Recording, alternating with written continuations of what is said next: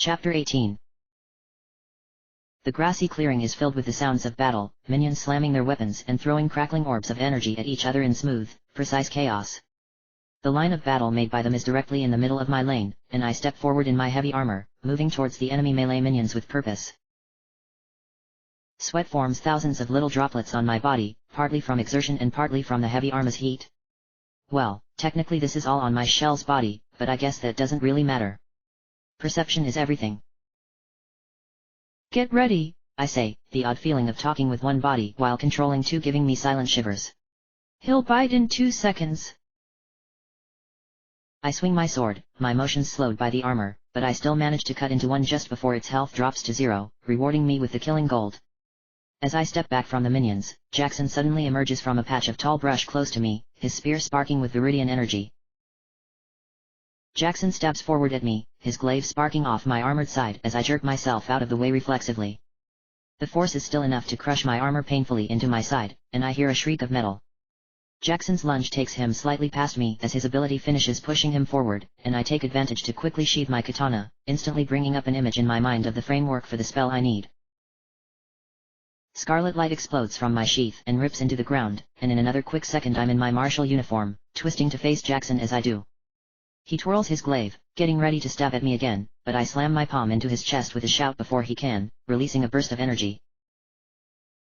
My strike sends him skidding away from me, but he manages to recover quickly, twirling his glaive above his head and jumping at me. He makes up the distance I sent him back quickly with that ability, but I'm already on the move, heading sideways towards the river. I hear Jackson land with a slash of his spear right behind me, and his boots stomp against the ground to follow me. Just as my sandaled feet splash into the water of the river, I see the large brush to my right wrestle with movement. Seth steps out in a crouched position, unleashing a swing with his axe that sends a crescent wave of shadow energy in my direction. It passes through me like I don't even exist, and I look over my shoulder just in time to see Jackson blink in surprise. The crescent hits him right in the stomach, slicing into his armor and flesh as it pushes against him. The crescent shrinks to nothing as it uses up the entirety of its energy, damaging Jackson, and it disappears with a sucking sound. Jackson stumbles forward, obviously slowed by the attack, and I turn on my left heel, arching a kick with my right foot into his shoulder.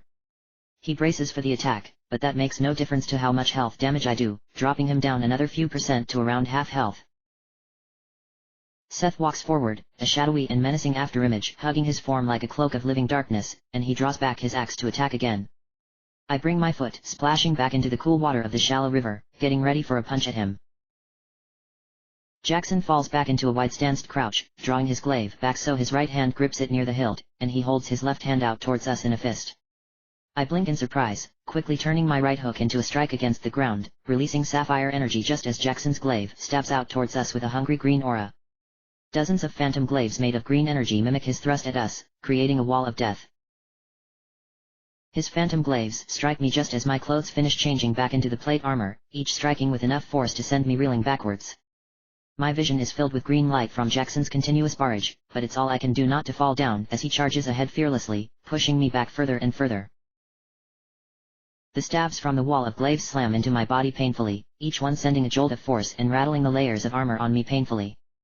I backstep wildly, pinwheeling my arms as I try not to fall into the mud and shallow water of the river. That leaves my face unprotected though, and I feel glaives hurtle by my head with sharp whistles. It's all I can do to jerk my head to avoid them as I all but fall backwards. I snap my head to the left just as a phantom glaive flies dangerously close to my face, but my foot slips in the mud underneath me, sliding my body slightly to the right. A gasp of pain escapes me as the glaive cuts a deep, burning line through my right cheek. I have all of a quarter second to recover before one last glaive comes stabbing at my head, forcing me to twist my face to the left and pull my head backward. I'm just a little too slow, though, and the glaive grazes my left temple, the glaive flying past with a shriek of sound. A few strands of my black hair that it snagged spiral off, and I blink, turning back to my opponent. The strikes seem to have stopped, and I take the moment to desperately try to find footing in the river, finally falling into an awkward crouch as I regain my balance. The spots of light begin fading from my vision, and I see Seth on one knee next to me, shaking his head and standing up with a grim expression on his face. My face burns, and I feel something hot spreading above my left eye and on my right cheek. Something thick and liquid falls into my left eye, and I close it, looking around blearily as I try to focus with just half my vision. I see Seth glance at me quickly, his face setting into grim determination when he sees me. He rushes forward at Jackson, pulling his axe back for a strike as he goes. I try to stand, but I slip, my body throbbing with pain as it awkwardly responds. I hold out a hand to keep myself up, looking up at Seth and Jackson through my daze. Seth reaches Jackson, bringing the momentum of his charge into a one-handed overhead swing. It crashes down into the shaft of Jackson's glaive with enough force to slide him away, and a second later, the mirror shadow image of Seth slashes down at Jackson with even more force, jarring his grip. Jackson twirls his glaive away, breaking the block and sending Seth stumbling back. Seth steps forward again, flipping his unkempt hair out of his eyes and adjusting his handhold on his axe. There's a sudden explosion of thick, black energy from right next to Seth, the wave of darkness washing over him and seemingly slowing his movement. From the center of the small explosion, Cody steps out with wide eyes and the slightest of grins on his face. He crouches down, holding out blades of condensed black energy to either side, and then he suddenly slides forward, more sickly energy engulfing him as he almost instantaneously dashes past Seth, a large cut opening up on his side and spraying crimson. Seth stumbles slightly, looking down at his cut with a grim and slightly pained expression as he holds his left hand to it, slowing the bleeding. He holds his axe out to his side at an awkward angle, and I'm confused until Cody comes dashing by once again, his blade barely being parried off by Seth's well-placed axe. I look up into Seth's eyes as he stumbles from the blow, and he meets my gaze for a second, giving me a reassuring nod. A sudden burst of crimson and green erupts from his chest, and I let out a gasp as I see Jackson's glaive thrust through Seth's body. He stiffens for a second, but then his health bar reaches 0, and his eyes roll into the back of his head, his body falling to the ground as Jackson retracts his glaive. I want to scream as I watch his body fall to the ground. It takes all that I have to remind myself it's just a shell, and Seth is safe.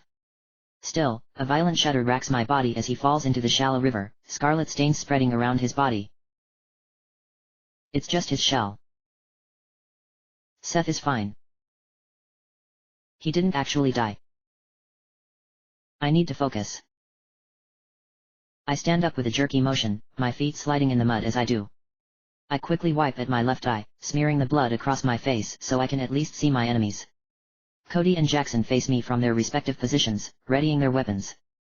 Cody's mouth widens into an actual smile now, and I see a glint in his eyes. I blink. That's all the time I need to prepare the ridiculously simple spell in my mind and release it.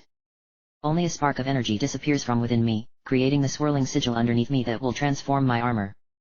I feel a slight pull from the sigil, draining more of my energy as purple and golden light winks in and out of existence around me, leaving me in my black kimono. I flick my sword from its sheath, releasing the small shockwave of purple energy in a circle around me. Jackson and Cody flinch in slight pain from the energy, and that's when I move. I imagine my muscles being filled with energy, being enhanced and filled to the brim with magic, and then I put will to my thoughts, making it a reality. I push energy into my body, my clothes humming in response as I do, and time suddenly screeches to a halt. I dash forward, slashing my sword to either side and tagging both Jackson and Cody with cuts as I go. My dash ends just past them, a sudden explosion of sound marking the end of my spell. I flip around, now within range of both Cody and Jackson, and begin cutting both of them. I switch who I hit each time, taking advantage of my sword's momentum to keep up a continuous dance of singing metal that whispers through the air. 3 or 4 more cuts open up on each of their back before they turn to face me, bringing up their weapons to block my onslaught. Cody's shadow weapons flare at each hit, pieces of black energy falling off from the sheer force. Jackson's glaive sparks and shrieks with each parry, and he tries to disarm me with complicated twirls and spins. I manage to escape through sheer speed, but it leaves me open as my continuous attacks are interrupted. Cody takes advantage, jumping into the air and spinning with his blades around him. I push more energy just in reflex, and time slows just as Cody's jump over me brings his blade inches from cutting into my face.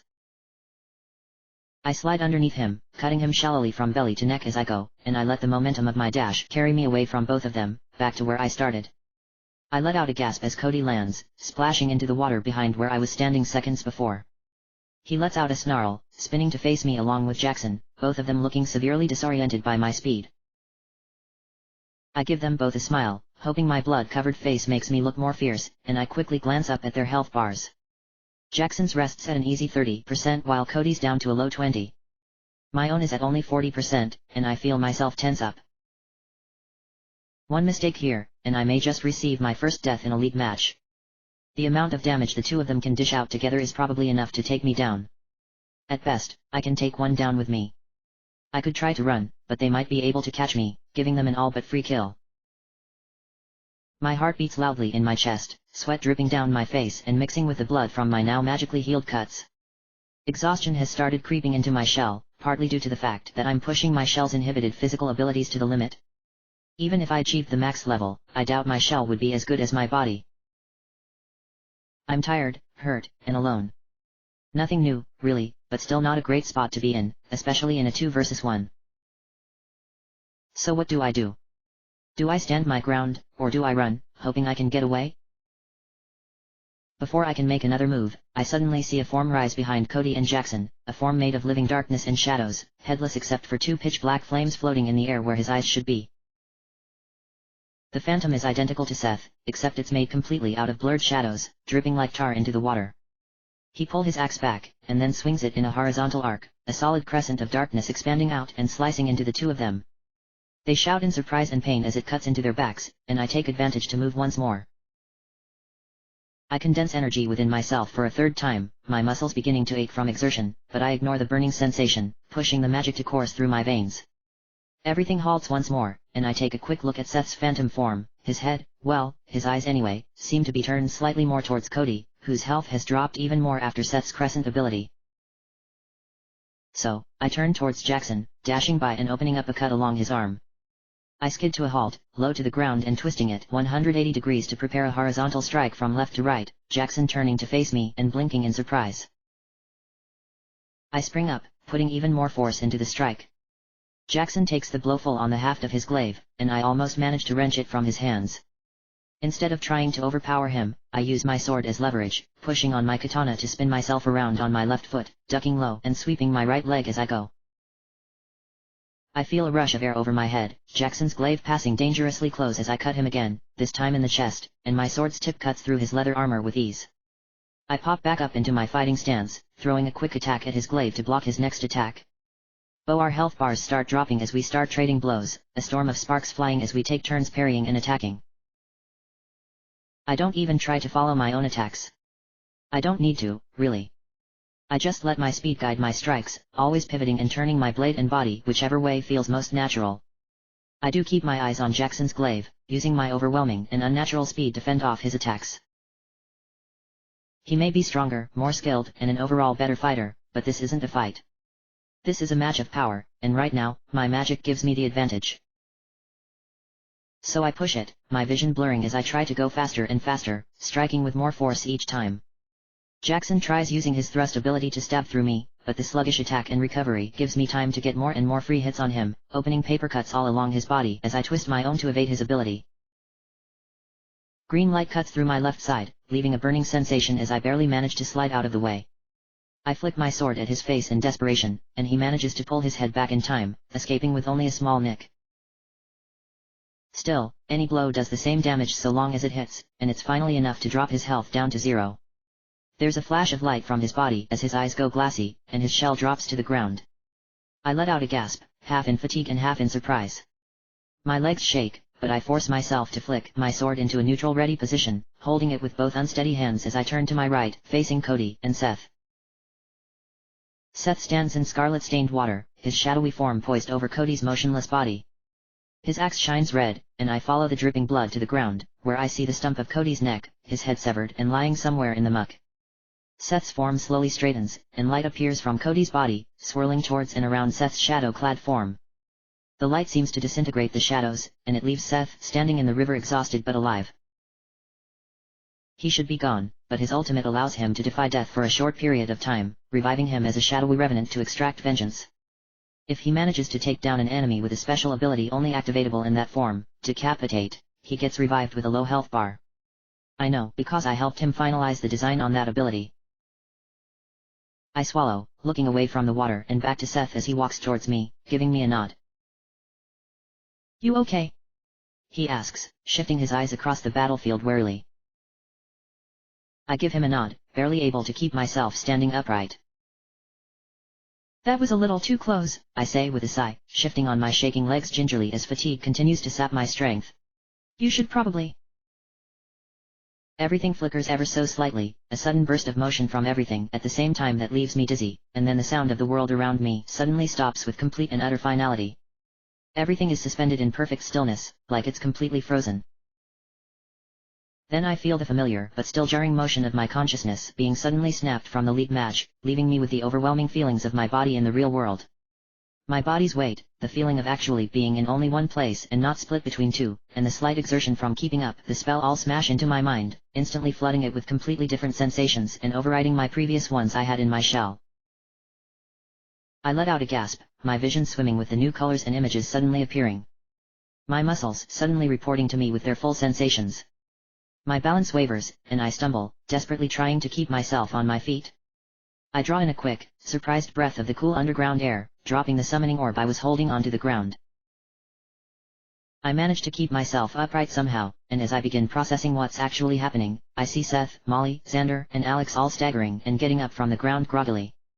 The orbs roll on the ground, their iridescent glow lost without our concentration.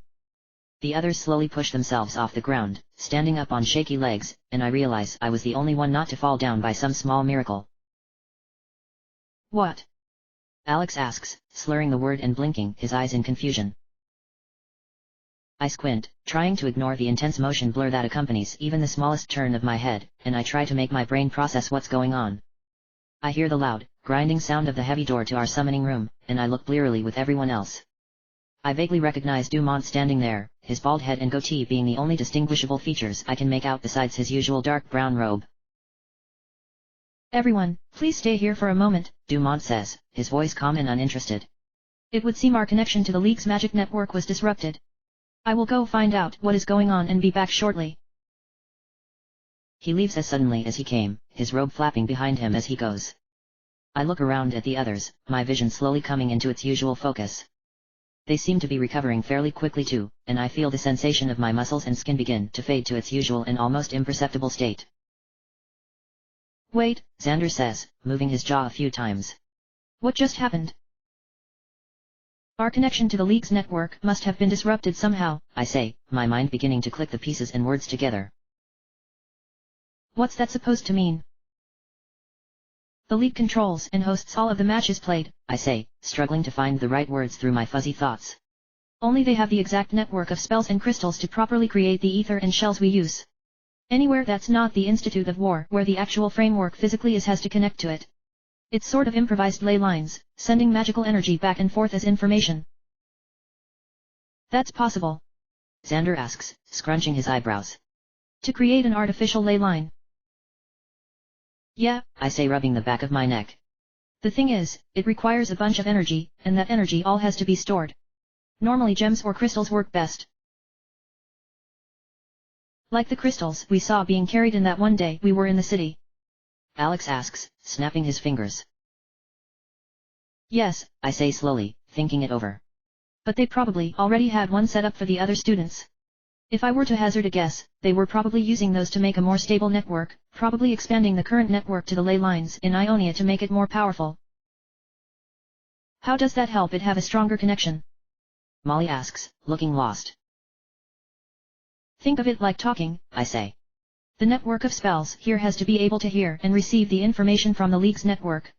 Then it also has to be able to talk back and give the information of what we are trying to do. Basically, the stronger the network, the louder the information gets shared and the better chance of it being delivered quickly and correctly." Molly nods, looking thoughtful. "That's insane," Alex says, shaking his head. "I mean, think of everything that has to be shared between the two. Our sensations, thoughts, movements, abilities, and every constant thing we do has to be given and coincide with what the League is trying to tell is happening. How is that even possible?" I smile at him. "Magic," I say, wiggling my fingers mysteriously with a light smile, and he laughs. "Seriously, though, that's why the League has only one central location with the framework. It's not that they are being possessive or anything, it's just that the underground of the Institute of War is the only place with enough crystals and connecting ley lines to create it. I mean, they're creating another world basically, even if it is just one for our consciousnesses." "I never really thought of it like that," Xander says with a frown. "I mean, it just sounds so insane." I shrug, rolling my shoulders a little to regain feeling. I honestly never thought it was that weird or strange, considering magic is basically just a manifestation of will. If we can imagine ourselves doing things that we aren't doing, then why is it so strange that we would be able to manifest those worlds and places into something we can fully immerse our thoughts in? It's basically just making a thought world or even dream world become more tangible. The door reopens, pulling me from my thoughts, and I see Dumont reappear, an annoyed look on his face. It looks like we will be unable to continue our match, Dumont sighs. As some of you may have noticed, we have construction going on in the forest area. We're trying to add more crystals to the existing network to connect more ley lines to the academy. However, it appears the miners made a small mistake in their planning. A small mistake? Xander asks questioningly. They broke through part of the academy and destroyed some major runes transferring energy to the summoning rooms here, Dumont answers with a sigh. So when you see a giant hole in the cafeteria, don't be too shocked at their incompetence.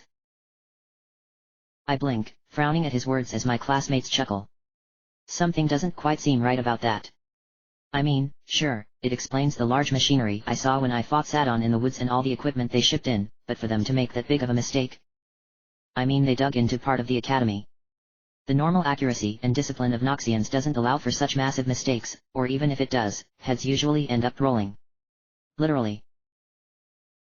So how does a highly planned and careful operation to enhance a crystal network to reach into ley lines get messed up so badly? Anyway, it looks like we will be unable to re-establish the network connection until tomorrow, Dumont says, rolling his eyes. You have the rest of today to rest while I inform the team that when I say they need to dig deep, I mean into the earth, not the academy. He shakes his head, mumbling some creative-sounding curse words and threats as he leaves. There's a few more chuckles, and Molly lets out a tired sigh. Well, I don't know about you guys, Molly says, rubbing her eyes. But I'm going to take this moment to catch up on some much-needed shut-eye. I'll see you guys tomorrow. Sounds like a good plan to me, Xander says, a tired grin forming. I start heading out with them, following the group out of the room. I'm the last exit, right behind Alex, and he stops in the doorway, looking at me with a grin. Hey, Arya, he says. I think I'm starting to get the hang of the whole splitting my focus thing. Do you think you could train me a little more, though? You know, just so I'm prepared for the next match. Sure, I say, ignoring the slight apprehension biting at the back of my mind. How about we go to the classroom area, and I'll show you a few more tricks. Sounds great, he says, visibly relieved. We walk to the study room together, and while we do, I force myself to ignore the apprehension, the biting nervousness. Inaction will get me nowhere here. If I have any hope of surviving, I can't be afraid to take risks, if this can even be considered that. I'm helping an ally which, in the long run, is only going to strengthen my league team. Nothing I'm about to teach him can backfire against me. This is the safe choice. For once, helping an Noxian is the best thing I could do. So I will. Just like I did when I got him and the others the books. I'll teach them, and then I'll see what they do with my help. How they use it. It's a test, of what, I'm not sure, but that's okay. Whatever it is, their humanity or something else, I need to know just how much of it they have, just how Noxian my allies really are. This isn't a risk. It's a necessity. One that I can take. So I will. I'll take the risk, because deep down, I hope I'm right about Alex and the others. I hope they really are as good as they seem. That they really aren't completely Noxian. That they could be my friends, even if I can never let them that close. I just hope that I'm not wrong. Please. Don't let me be wrong. I think that about covers it, I say with a sigh, getting up from the floor in the classroom and stretching. So you really think this will help me? Alex asks, rolling his neck and also standing up. Definitely, I answer back with a nod. I know meditating seems weird, but it really does help with your concentration. It should show you how to selectively focus. Which will help me focus less on pain during the league matches, Alex says, snapping his fingers. Right, okay. Makes sense. Something in his voice seems a little disappointed, and I wince. Sorry, I say, rubbing my arm. There's not really any surefire way or anything. Nah, I get it, Alex says with a sigh. It's just one of those annoying things that comes with practice.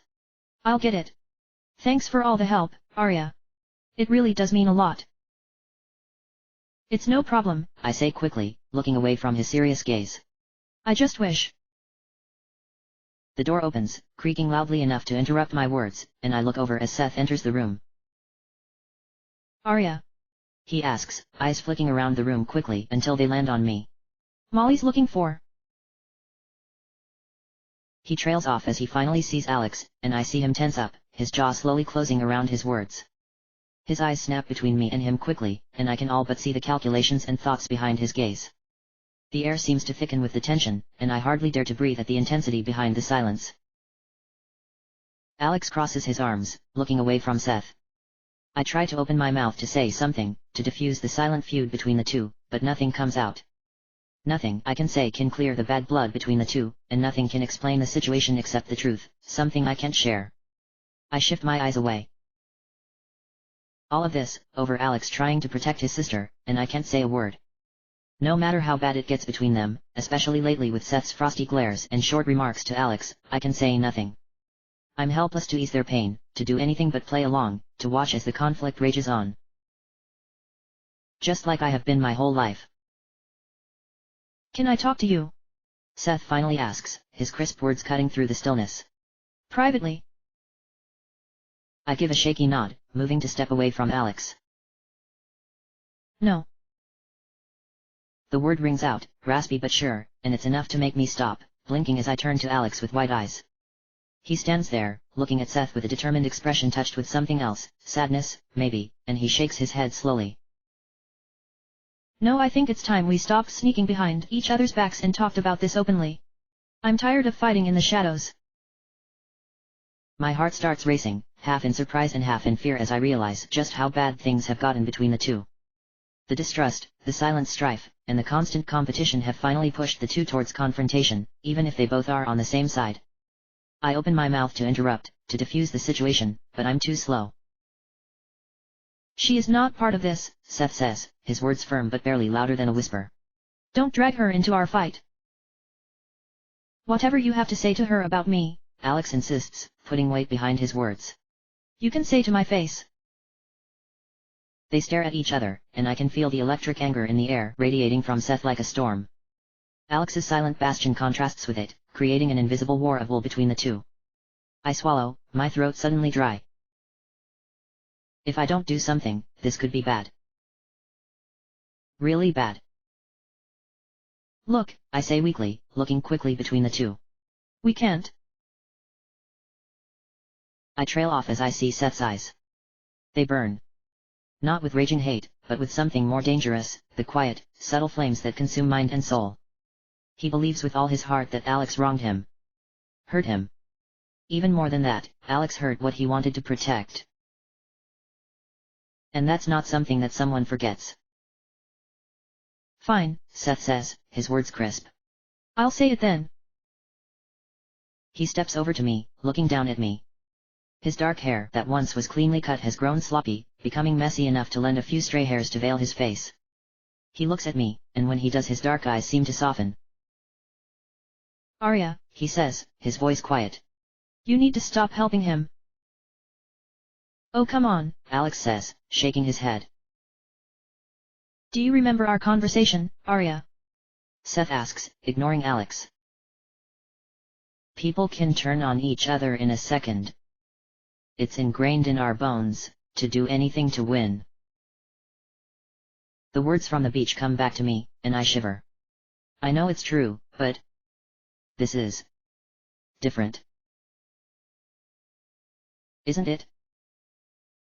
I give a simple nod, my throat too tight to speak. Seth lets out a quiet breath of relieved understanding. You helping him is only hurting you. Every second you waste on him you could be using to make yourself stronger. You've barely survived this long, and you can't afford a distraction right now. I don't say this out of anything but truth, Arya. You cannot waste time on him. Seth, I say, struggling for words. He asked for my help. I know, Arya, I know, Seth says, his words gaining strength. You see someone in pain, something you know all too well. What you need to see, though, is that he isn't your friend. He's your enemy, just like everyone else here. We all end at each other's throats eventually. It's just the way this place is, and he's no different. He's your biggest enemy here, Arya, because you want to make him stronger. You don't know him, but I do, and believe me when I say he will turn on you. Why do you hate me? The words echo through the air, and I blink, turning from Seth to Alex.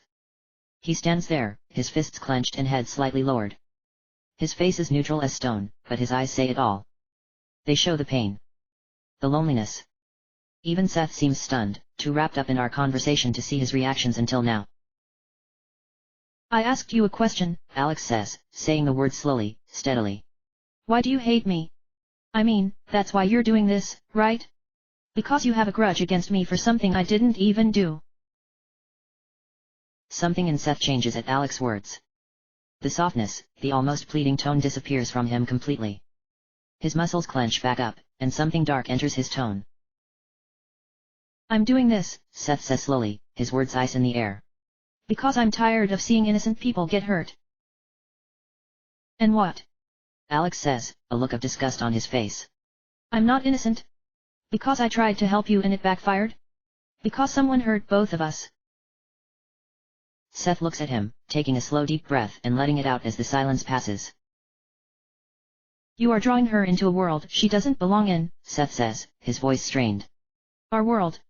It's cruel and cold and above all else calculating. People like her, like Molly and Xander, they don't deserve that. And I do. Alex asks, raising his voice. Because you don't like me? Because I was born in the wrong nation? To the wrong family? Because of things that aren't my fault and things I can't control. Seth lets out something akin to a snarl, and steps up to Alex. Seth's body is rigid, a container of barbed wire barely containing the rage inside. No, Seth growls, you deserve it because you're a parasite. You feed off others to get stronger, and if the time should ever come to help them in return, you just leave them to rot. I'm asking a friend for help. Alex shoots back, his frustration turning to anger. You're using her, Seth spits out, words dripping with contempt. Just like you used everyone else to keep yourself safe. This story has already played out once, and I know how it ends. I will not let you bring down anyone else because you can't be strong on your own. What, do you want me to apologize for being weak? Alex asks, gnashing his teeth. Is that it? You want me to admit that you're stronger than me? Fine. I'm sorry I have to rely on others. I'm sorry I thought I could try and do something good. That is not what this is about. Seth yells, eyes flashing. Then what do you want from me? Alex asks, shouting back. I want you to pay for what you've done, Seth seethes, staring right into Alex's eyes. I want you to deal with the consequences and not slide them off onto someone else. Silence echoes after Seth's words. He stands there, looking at Alex in almost disgust. Alex just fumes silently, his face contorted into a sneer. They stand there for a while, staring, and then Seth shakes his head, turns, and starts walking away, heading for the door. You mean like you're doing right now? Alex asks, his words dark, and Seth stops in his tracks, turning only his head. Through the stray hairs I see his eyes, darker than a starless night. What? Seth whispers, something dangerous in his voice. You heard me, Alex spits, his eyes shining. You can pretend to be as noble as you want, but when it comes down to it, this is just you taking out your anger on me because you were too weak and cowardly to help Illyria yours. I barely see Seth move, a dark blur of precision hate and intent, and there's a loud crunch. I see Alex fall backwards, blood arching from his nose as he falls to the ground, landing in a sitting position. He quickly reaches a hand to his nose as blood gushes out, staining his face. I let out a gasp, almost taking a step to stand between the two, but a sudden stillness takes hold of everyone in the room, including me. Seth stands there, still, his fist still outstretched to where it connected with Alex's face, breathing quickly.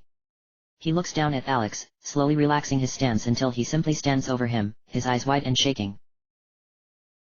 Don't ever say that name, Seth seethes, his clenched hands shaking. Alex slowly stands, shaking his head in disgust. What happened doesn't just haunt you, Seth, Alex spits back, clutching his nose. It haunts me too. Every day. So stop putting your blame on me, and deal with the consequences of what happened. I look between the two, the beginnings of a dozen insufficient words forming in my mouth, making barely a whimper of sound. Helplessness seeps into my bones, choking the air in my throat. I can only stare at the two as they blame each other for the pain that belongs to themselves, and I do nothing. I don't know how to help them, how to end a conflict that exists for a perfectly good reason. I clench my hands around my arms, hugging myself tightly as my heart pounds in the silence. Seth breaks it first. Tomorrow, He begins, his eyes sharp. During our match, I'm going to do my best to make sure our team wins, but from now on, this is war.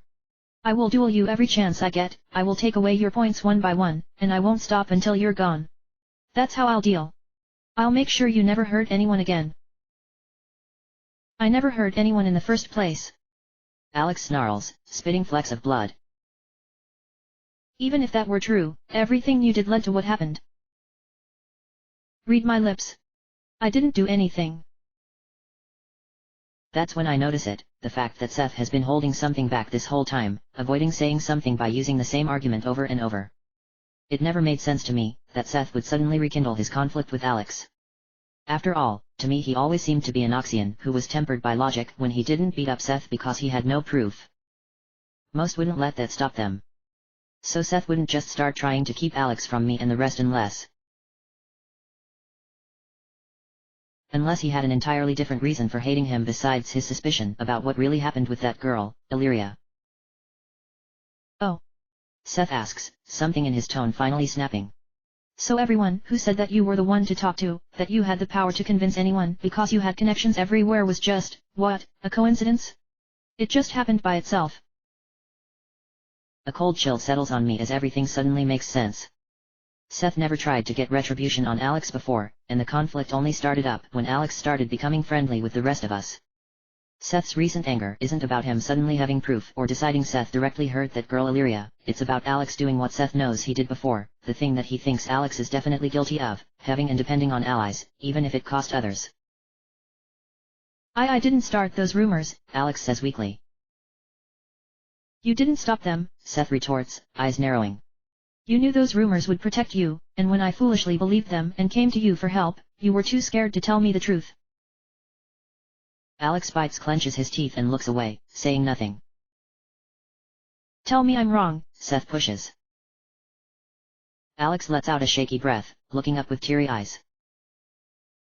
I never meant to hurt anyone, Alex manages to choke out. But people got hurt all the same. Just like you're going to end up hurting Arya, or Molly, or Xander, or Devon. You put self-preservation first, just like any other Noxian, no matter what you pretend. I'm just trying to survive, Alex mumbles numbly, looking at his bloody hands.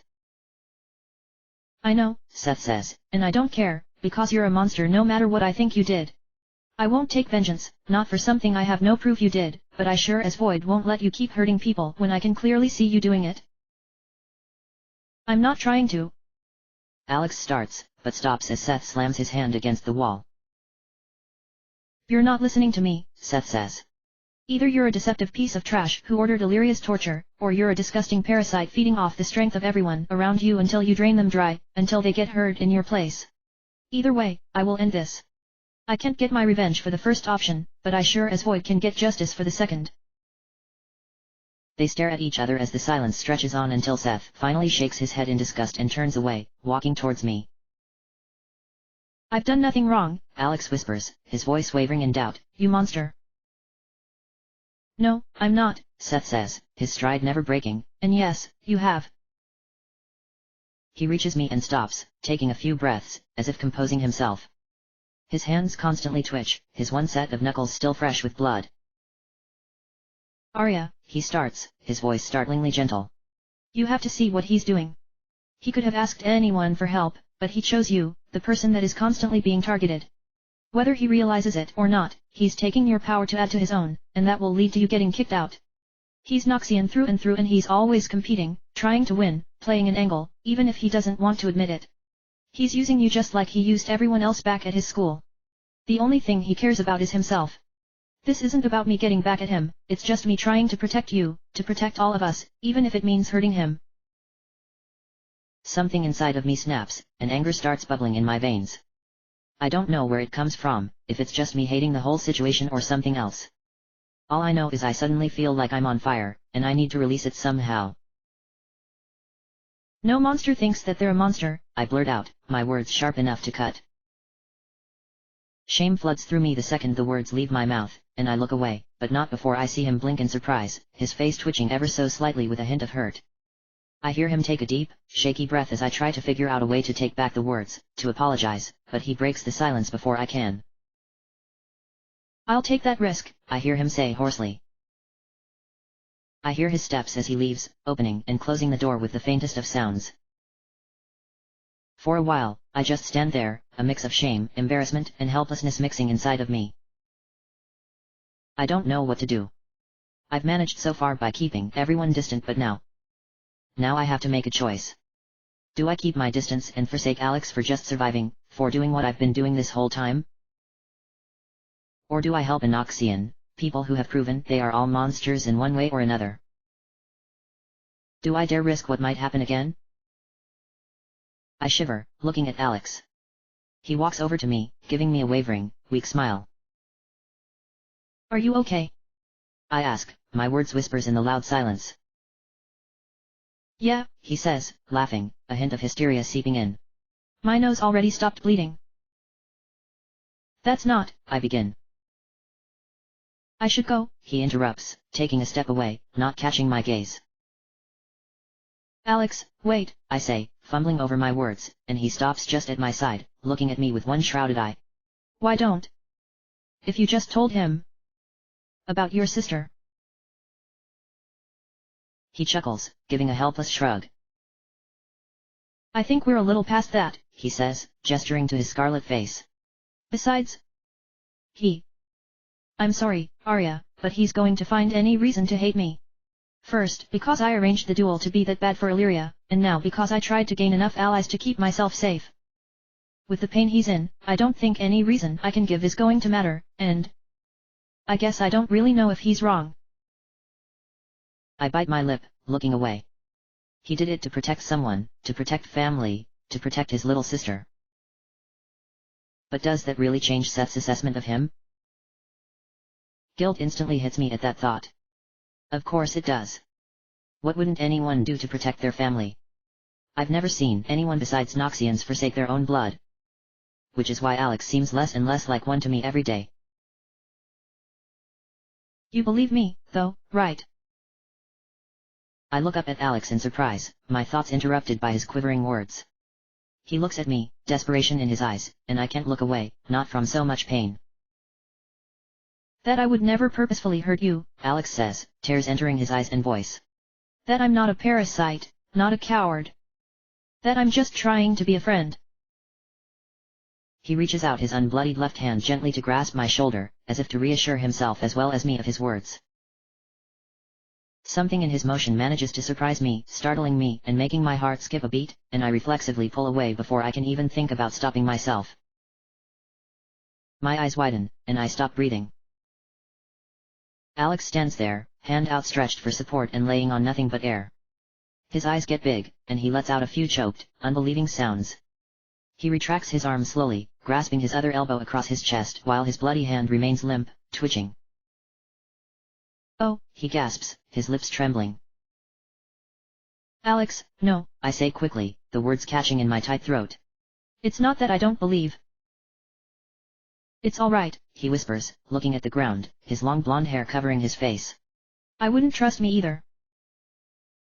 He walks away quickly while I stand there, trying to say something, to do anything, but I only remain still, stuck in pain. I hear the door open and close, and I look at the ground. Drops of smeared blood mar the floor, transforming the once peaceful atmosphere of the classroom into something heavier, something darker. I walk over to the wall and lay my back against it, sliding down until I don't have to stand anymore, until I don't have to hold up my own weight, and I stare at the blood, my heart slamming in my chest painfully. I stare at the blood.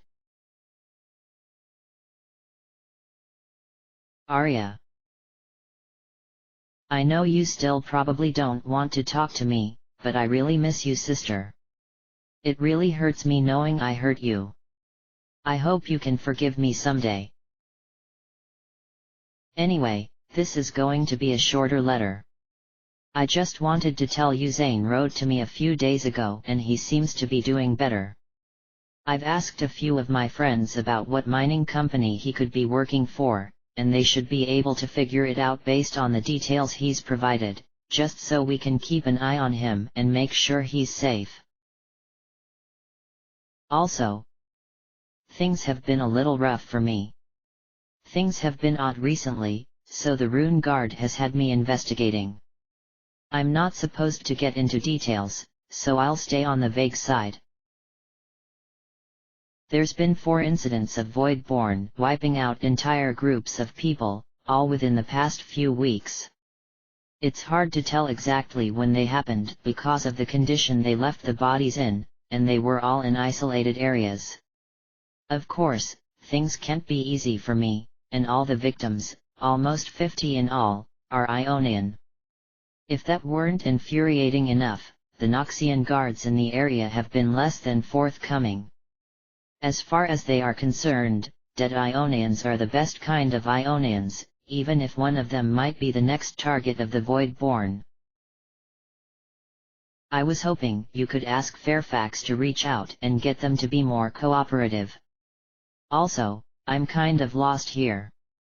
I mean, you were always good with this kind of magical stuff, but I just can't see why Voidborn would stray from their usual tactics of hunting down 1 or 2 people. I could really use your help and insight. I really wish you were here. I just feel useless, always arriving too late to make a real difference. Besides that, there's a dozen things bothering me about this that I can't quite put my finger on, and I'm sure if you were here we'd be able to figure it out. Some things just don't add up. Arg, it's driving me crazy. Anyway, I would really appreciate any insights you can spare. I know you're probably busy beating all those weaker mages and showing them just how good you are time and time again, a thought that continues to make me laugh and smile as I imagine their surprised faces, but if you have time I could use your help. And, well, I miss you a lot. Stay strong, little sis. Akira. I put away the letter, rubbing my temples once again as a slight headache threatens. It's not like I've forgotten how much I miss my family, no matter how Zane, Akira, and I left things, but the feeling is just so pervasive that I barely noticed it anymore. Sort of like breathing, I had gotten used to the constant pangs of loneliness. I shake my head, grabbing the 2 letters I wrote, one to Akira and one to Fairfax to request his aid. I don't want to ask him where someone might overhear considering all he's already done for me, but slipping a letter under his door should be low-key enough. Besides, I needed something to do. Something to try and lull me to sleep. Something to try and make me forget. I walk out of my room and lock it behind me, shivering as the cool air bites through my simple nightgown and loose pants. My feet making a little pitter-patter sound against the stone as I walk, going up the stairs that lead to the cafeteria. Instead of entering, I instead go to the other door marked as the teacher's living quarters, and open it. It's a long hallway that curves, doors lining either side of it. I quickly, trying to remain quiet as I read the plaques on each door. I find Fairfax's 6 doors in, and I quietly slip the 2 letters under the door, holding my breath as I do so. I don't know what I expected, but nothing happens, and I let out a quiet sigh, heading back to my room and closing the door to the hallway behind me silently. Before I can walk down the stairs, I stop, looking at the door to the cafeteria. I never did get to see that giant hole that interrupted our match earlier. That's when I hear a faint sound. I frown, straining my ears. It seems to be coming from the cafeteria, so I walk closer, cracking open the door as quietly as I can, peeking inside. It looks odd being so empty, and the dark cavern forces my eyes to adjust. 2 figures stand in the middle of the room, the huge hole in the lunchroom looming behind them ominously. It takes me a second, but when I finally recognize them I stop breathing. Sadon and Dumont stand 10 paces away from each other, facing the other with a tension I recognize. Before I fully realize what I'm doing, I'm straining my hearing, pushing energy, and creating a spell with my will to hear what they're saying. Are you sure we should be talking somewhere so open? Sadon asks, trying to pass off as nonchalant, but I hear the wariness in his tone. Yes, Dumont says gruffly.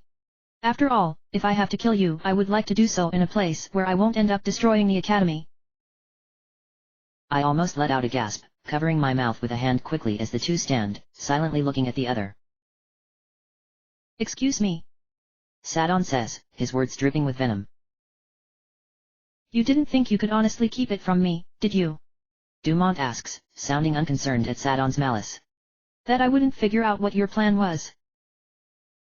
If I remember correctly, Sadon says slowly, as if talking to a child, this was part of the deal. Don't try to tell me you were honestly ignorant of what was going to happen here in exchange for the funding you needed. Old man, you made this deal, not me, and it's almost time to pay up. Dumont doesn't so much as move. He doesn't have to. A sudden force seems to fill the air, making it heavier with sheer magical power. I see Sadon stiffen, clenching his fists as the force intensifies, making it hard to even breathe. The sheer force of Dumont's will fills the cavern, so strong I can feel what can only be described as killing intent from even where I stand. Talk to me like that again, Dumont says, his tone still just as calm. And I don't care who your master is, boy. I am your elder and your superior here. I am in charge here. Do not forget that. Sadon winces slightly, almost as if in pain, and bows his head slightly, in concession. Apologies, he says, spitting the words out. The force in the air disappears as quickly as it appeared, and Dumont gives a slight nod, accepting through Sadon's obvious scorn. I am no fool, Dumont continues, hardly missing a pace. Nor am I blind. Good Noxians always have a plan. And the best Noxians always have plans, Sadon says, finishing the saying. And I've figured out your true goal, Dumont says. I know what you really want to achieve here. Sadon stares rigidly, saying nothing. You're playing a dangerous game, boy, Dumont says, drawing his words out. Possibly, Sadon concedes, choosing his words slowly and carefully. But it's high time for change, for Noxus to be strong again, and you and I both know it will only stagnate the way it is right now. Think carefully, Dumont pushes. This isn't a game you can lose and live to learn from. The enemy would have to figure out what game is being played first, Sadon responds. Something that took even you this long to figure out, and you're the only one with the experience and information to figure it out. Maybe, Dumont says. Maybe not. This plan will work, Sadon insists, shaking his head. It has too many layers supporting each other for it not to. No matter how it plays out, no one can possibly stop all of them. You could be right, Dumont nods. That is, no one could stop you in time unless they already had it figured it out. Someone like me. Sadon flinches, his hands clenching. I told you I'm not a fool, Dumont continues, ignoring him. Which is why you must also know that now that I know what you're going to do, if you were to betray me, to tie up loose ends, I've made sure everything would be let out. Silence stretches, and then I see Sadon give a wolfish grin. We expected nothing less, Sadon says. But you have nothing to worry about.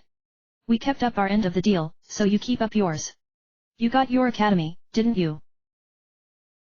I've been playing this game long enough to know when to keep quiet, Dumont acknowledges. And I'm not about to go against someone with as much power as your master. I just had to see how smart your master really was. Ah, Sadon says in realization. This wasn't about confronting me. It was about seeing my reaction. I had to make sure we were on the same page, Dumont says. That you wouldn't try to take me out if I knew the truth. So you brought me here, Sadon says, gesturing to the cafeteria. A place where it would be a fair fight, something you and I both know I can't win. More or less, Dumont agrees. But I also wanted to give your master a message. Oh. If you ever try to cross me, to conceal something from me again, I don't care how smart or powerful he is. I will do everything in my power to take him down. Tough words, Sadon says gleefully. No offense, but you and I both know it's too late to stop us. I understand the tough guy act, I do. I know you're trying to save some face, to throw one last punch to get yourself out of a corner, to show you still have some say in the situation. Dumont says nothing, and Sadon lets out a laugh. Lighten up, There's a place for you and your talents. Just because we outplayed you doesn't mean we plan on making an enemy out of you. We won against you this time, but the next we won't have to because you will be on our side. Even you, someone part of the old guard, won't go up against us when this is all over. But it isn't over yet, is it? Dumont says, getting a chuckle from Sadon. Your part is, Sadon says, clearly enjoying this. You're cornered. You've lost, Dumont. Your noble ideals just don't have a place anymore. It was a good fight, but it's time to admit defeat. Otherwise, well, you may just end up with the rest of the losers, something a survivor like you can even recognize as a bad move. Sadon walks, heading towards one of the doors exiting the cafeteria. You've lost, Dumont, Sadon yells as he leaves. If you truly have figured out all our plans, then you have to know you can't do anything without us being able to destroy you. So drop the ideals and join the winning side. We both know you're a survivor, not a fighter. You go with the flow, you always have, and that's why he picked you. Your bluff here was a good one, but it just didn't work out. Sadon opens the door and exits, leaving Dumont alone in the cafeteria. He shakes his head, letting out a growl. Arrogant little prick, Dumont sighs, shaking his head as he begins moving towards a different door, all but slamming it shut behind him as he leaves. I stand there, letting the enhanced hearing spell fade as my nerves tingle in equal parts fear and confusion. What the void was that about? I get that Dumont was trying to fight his way out of some corner that Sadon put him in, but what did they mean by plans? What did Dumont exactly do? Who is this other person Sadon works for, the master Dumont mentioned? And why do I feel like something very bad is about to happen? I open the door further, stepping into the room as I try to sort through my thoughts. The big empty space is perfect for me, and so I walk slowly, stopping in front of the big hole in the room that opens up to a long tunnel that leads who knows where. That master must have been the other person Sadon was talking to in the woods the day he tortured me. That is, assuming Sadon was one of the cloaked figures, something I think is a safe bet. Why else would he have been out there and able to find me so quickly? So that just leaves the conversation. What exactly is Sadon planning? It has to complicate it if it was able to hide from Dumont so long, especially considering how intelligent he always came across to me, and complicated means dangerous. Secret meetings, a threat by the Academy's headmaster in a desperate attempt to stop something, and a mastermind who was able to outsmart Dumont and control Sadon. Just what is going on in this academy? Arya. A soft voice asks. Is that you?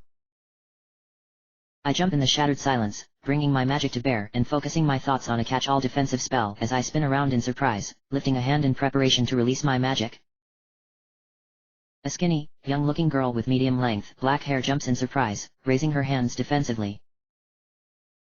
Sorry, she stammers. I didn't mean to startle you. I look closer at the girl wearing simple pajamas, and it takes another second before I recognize her as Molly's friend I was introduced to before our first run. Anna. I say in surprise, lowering my hand slowly but not letting of my spell. Just Anne, she says with a bright smile. After all, my friends call me Anne, and any friend of Molly's is a friend of mine. Right, I say, trying to calm myself as I eye her suspiciously. It's nice to see you again after so long, she says cheerily, seemingly oblivious. Could you not sleep either? I raise an eyebrow, and she giggles. I come up here occasionally too when I can't sleep, you know, just to clear my head, she says. I thought I was the only one, but I guess great minds think alike, right? I guess so, I say, letting go of a little more power. She may be Molly's friend, but I'm not exactly going to leave myself defenseless in the middle of the night while I'm alone.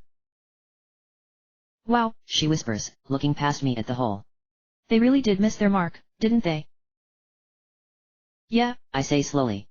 It's pretty complicated work, though. That's true, Anne says thoughtfully, brushing back a strand of hair. I mean, they have to not only make tunnels in the dark but also have to create ley lines that will work. I mean, how do they get a sense of direction when they have no reference points? Geez, I do not envy them. How have you been doing? I blink, trying to adjust to her sudden shift in topics. I shouldn't be thrown considering Molly's equally bubbly personality, but it's still a little weird to see an Oxian act like that. Fine, I say quickly, wincing at the obvious forcefulness I say it, but Anne doesn't seem to notice, nodding her head happily. That's good, she says, worry entering her voice. And what about Molly? She's doing really well, I say, thankful to move on to a different topic. I was worried about how she would handle league matches, but she's adapting well. You have no idea how much that relieves me to hear, Anne says, letting out a deep sigh. I haven't talked to her in forever, so I really was starting to worry. You two are really close, aren't you? I smile with a tinge of sadness. Yeah, Anne smiles, a faraway look in her eyes. At first I didn't think we would get along, but she was way different than what I thought. What do you mean? I ask, an edge of curiosity beginning to form. Well, you know, Anne says almost bashfully. I kind of thought she would be all stuck up, what with her being a diplomat's daughter and all. Then I met her, and, well, she kind of grew on me. You know how she is. Yeah, I laugh. I know what that's like. We stand there in silence for a while, just looking at the giant hole in the cafeteria while the smiles play out on our faces. Memories of our times together, the good and the ugly, flash through my mind, but with them, others begin to sneak their way in, memories better left forgotten, so I force myself to stop and just focus on the giant hole. I know I have no right to ask this of you, Anne says quietly, her voice suddenly serious. But look out for Molly. She's not like us. I look at her, my eyebrows furrowing with worry. She's just... Anne begins, letting out a frustrated huff of air. She's nice. Too nice. You know? I'm just worried about her being surrounded by people who could take advantage of her, and I just don't want her to get hurt. Why me? I ask, trying to figure out any possible angles she might have. Why would you ask me? How do you know I won't take advantage of her? Why trust me? Anne looks up at me, her brown eye soft but calculating. The bubbly, young personality seems to evaporate with that look, one that seems to know things it shouldn't. One that has seen things no one should. Because, she says. I know the look in your eyes, which is how I know you need a friend here as much as she does. I tense up, stopping myself from drawing up any of my power at the last second. I stare at the unassuming girl, my eyes searching for anything I could use, but she gives away nothing. Her words aren't threatening, in fact, they sound downright empathetic, but how could she possibly know I don't have friends here? I mean, sure I'm an Ionian. Unless she really does know the look in my eyes. Which means... Why should I trust you? I ask, trying not to sound too defensive. How do I know this isn't some plan to get me to lower my guard? To get me to watch out for Molly instead of myself? That's when I see it, a slip in her mask. Her eyes flicker for the briefest moment with sadness, a wince barely concealed. Because, she whispers mournfully. I know what it's like to be lonely, to not trust anyone, to be in pain, and to long for your family. Her words hit like a war hammer, and I all but stumble backwards. She gives a sad, sad smile, one that couldn't possibly be fake. One that holds too much truth in it. Just what happened to Anne? I'm not asking you to sacrifice yourself for her, Anne says, swallowing her feelings. She doesn't need that anyways, if she really is doing so well in training. I'm just asking you to keep doing what you're doing for her. Just keep being her friend. Shame stabs through my heart, painful and strong enough to make me bite my lip as I nod at Anne. If she only knew how much distance I've really been keeping from her, from every one of my allies. If only she knew how I really felt. I hope things keep working out for you, Arya, Anne says, turning and walking away. I really do. She exits the cafeteria, leaving me with my swirling thoughts. I clear my throat, and then start heading back to my room. I hoped that the walk to Fairfax's room would clear my head and give me a solution to Alex and Seth's strife, some way to dissolve the fight and remain allies with both. Now, all I have is more questions about what's really going on here, about Molly's kind and insightful friend, and about what I have to do to survive another day. As I finally reach my bed, I realize that I shouldn't be worrying about all these different things. I need to focus on the most pressing issue at hand, and that's Alex and Seth. If I don't figure out a way to bring them together, everything may just fall apart, and I don't have the points to let that happen. Everything hinges on how the match goes tomorrow, on if Seth really can look past his differences to help our team win, and, more importantly, if Alex can manage to finally separate himself from the majority of the pain his shell endures. Tomorrow's going to be a big day, and I have a bad feeling if I make even one mistake, things are going to fall apart very quickly.